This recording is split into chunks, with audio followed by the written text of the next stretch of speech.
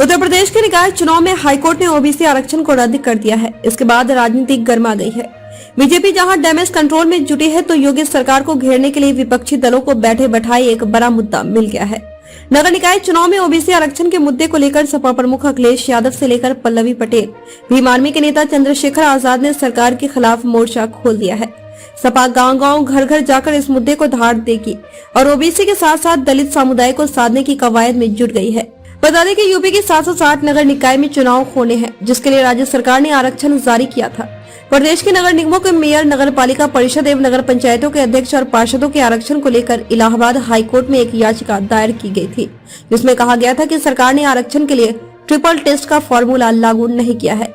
Court में सरकार ने कहा था कि निकाय चुनाव मामले में 2017 में हुए ओबीसी के सर्वे को आरक्षण का आधार माना जाए। योगी सरकार के तर्कों को हाईकोर्ट ने नहीं माना और बिना ओबीसी आरक्षण के तत्काल चुनाव कराने के निर्देश दिए हैं। हालांकि कोर्ट से फैसला आते ही योगी सरकार में पिछड़े वर्ग का नेतृत्व कर रहे उप मुख्यमंत्री केशव प्रसाद मौर्य, जल शक्ति मंत्री स्वतंत्र देव सिंह और भाजपा के प्रदेश अध्यक्ष भूपेंद्र सिंह चौधरी तुरंत सरकार व संगठन की ओर से ओबीसी की आवाज बनकर खड़े हो गए हैं। मुख्यमंत्री योगी आदित्यनाथ ने साफ कर दिया है कि बिना ओबीसी आरक्षण के निकाय चुनाव नहीं होंगे। इसके बावजूद विपक्ष ने सरकार को कटघरे में खड़ा करना शुरू कर दिया है। मायावती ने बीजेपी को घेरा, ओबीसी को साधा।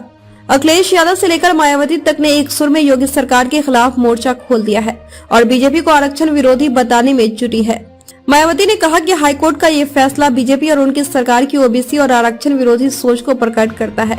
साथ ही उन्होंने कहा कि इस गलती की सजा ओबीसी समाज बीजेपी को जरूर देगा।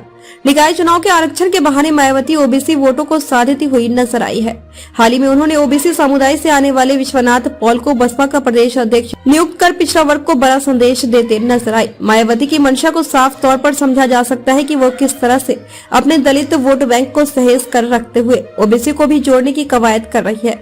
इसलिए निकाय चुनाव पर हाईकोर्ट से फैसला आते ही मायावती ने बीजेपी को ओबीसी विरोधी बताने में देर नहीं लगाई।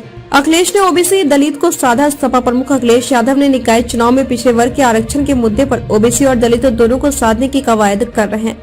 अखिलेश ने कहा कि आरक्षण विरोधी बीजेपी निकाय चुनाव में ओबीसी आरक्षण के मामले पर घड़ियाली सहानुभूति दिखा रही है। आज बीजेपी ने पिछड़े वर्ग के आरक्षण का हक छीना है और कल बाबा साहेब द्वारा दिए गए दलितों के आरक्षण को भी छीन लेगी। बीजेपी सरकार ने न सिर्फ पिछड़े वर्ग को धोखा दिया है, बल्कि बाबा साहेब अम्बेडकर के दिए संविधान को भी खत्म करने की कोशिश की है।